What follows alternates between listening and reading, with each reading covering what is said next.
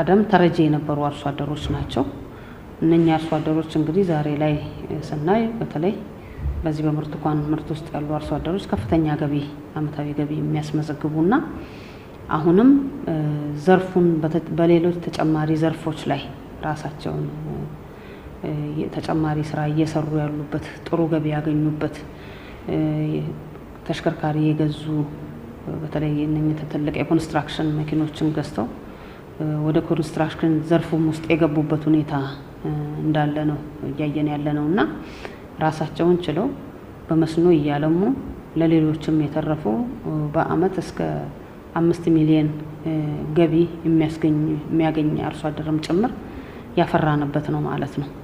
ይሄ እንግዲህ የአረንጓዴ አሻራው ውጤት ነው። 5 ሚሊዮን ችግኞችን እናዘጋጃለን ብለን ያቀድነው ከዚህ ውስጥ 40% የደንና የቀርከሃ ምርት ሲሆን ሌላው ደግሞ 60% ለምግብነት የሚውሉ የጥምር ደን ፍራፍሬ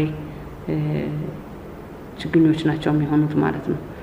ይሄንን ከማዘጋጀት አንፃር ወደ 24 በሚሆኑ ችግኝ ጣቢያዎቻችን በገጠርም በከተማም ስራዎች እየተሰሩ ነው ያሉት። በዘንድሮ አመት ለየት አድርገን እንሰራለን ብለን ከዚህ ጋር አያይዘን ያቀድነው በክላስተሪንግ ችግኞችን የመትከል ስራ ነው።